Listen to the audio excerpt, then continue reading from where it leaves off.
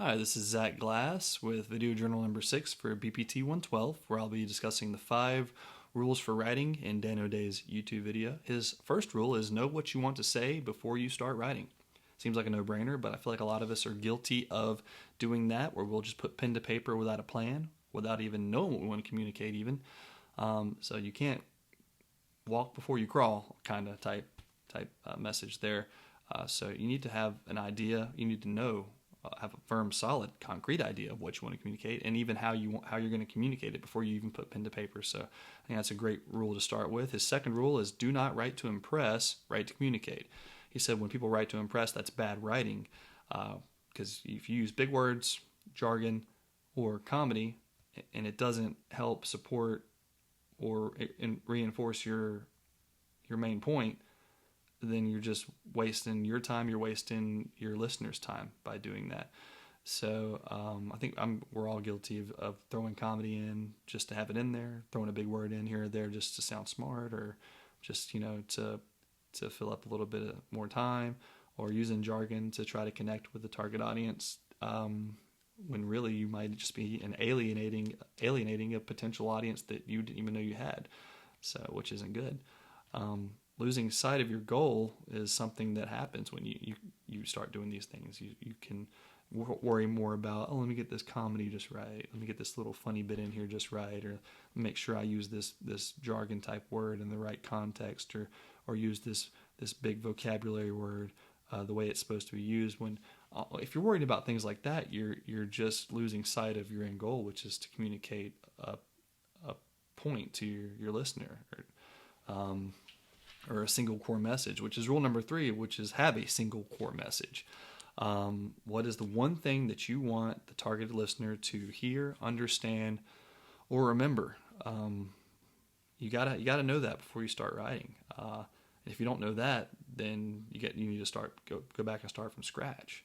You got to choose one core message. If you have 2 or more, then you're just going to confuse or overwhelm your listener, and they're not going to come away with anything, which isn't good. You need them to come away with one thing. It'll help you stay on track. It'll help you deliver it more efficiently. You can always choose another core message for another spot, but if for each spot, for each thing you're writing on, just choose one core message. It'll be more effective for everybody, and it'll save you a lot of headache in the end. You need to make sure you deliver that core message clearly, though. You can't throw a bunch of fluff around it. You can't have a bunch of distractions. You need to have the core message reinforcing and delivering and leading up to it. That's all you really need to worry about in your writing. Because if what you have in there isn't leading up to, reinforcing, or delivering the core message, then it does need to be in there. Everything in there should strengthen your core message. I think rule number 3 is a very big rule to follow when writing. Rule number 4 is speak the language that your listener speaks. So say your listener, his example was they would call themselves fat. Then don't feel like you can't say the word fat. You don't got to worry about sounding sophisticated or talking up or down to your listener. Know how they speak and speak like them, which is a great rule to follow. And rule number 5 is have a single call to action. So know what your call to action is and stick to it. Just choose one. Don't go to our website, here's our email, here's our social media, here's our physical address, and here is our phone number. You need to figure out which one of those you want to lead them to, and pick one and only one, because you can overwhelm them with choices. You don't want to overwhelm your listener with choices. That's the worst thing you could possibly do. You need to give them one choice and lead them and funnel them towards it. It'll be more effective, and it's been proven, he said, over the last 50 years to be more effective that way.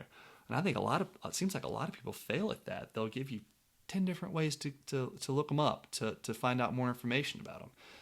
And I think it just looking at those commercials from personal standpoint, I very rarely will go look them up if they give me 10 options. But whereas they say, go check out our Instagram and look at our Instagram, I'll probably, that's easy, I'll check the Instagram.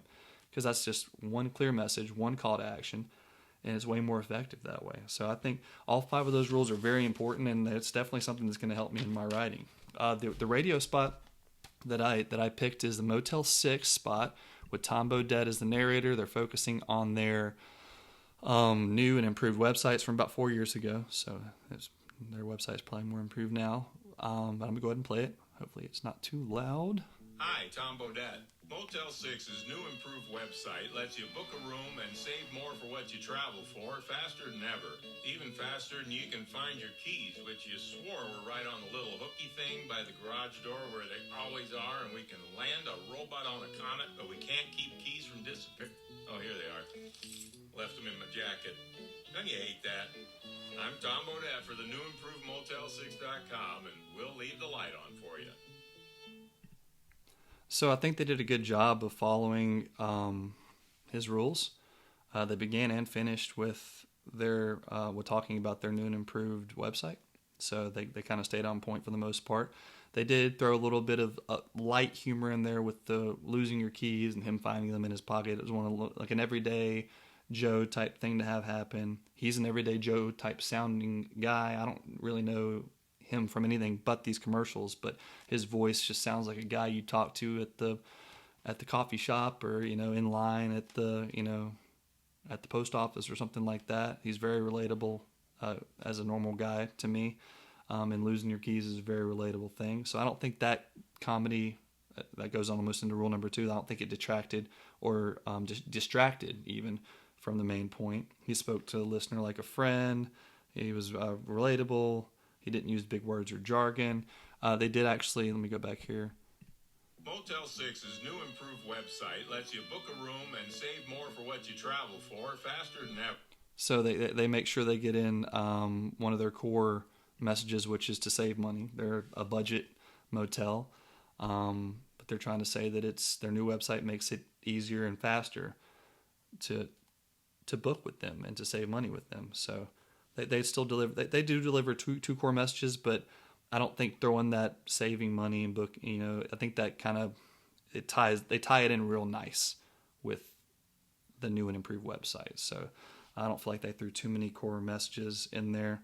They did seem to stick to that single message. They delivered it clearly twice, at the beginning, at the end, as far as rule number 3 goes.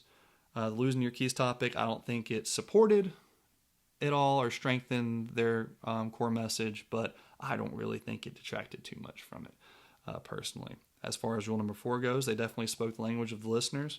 They used an average Joe, as I said, voice talent. They incorporated everyday problems. So I think they definitely spoke the language of their target audience. And as far as rule number 5 goes, they stuck to one call to action: the website. Check out our website. They didn't throw anything else in there. They didn't, overwhelm us. They didn't try to give us too many options. So all in all, I think this radio spot did a pretty good job as far as following the 5 rules that Dan O'Day laid out in his video. I'm getting a little long, as I always do, so I'll let you get to your other videos. Thank you so much. I'll see you in class.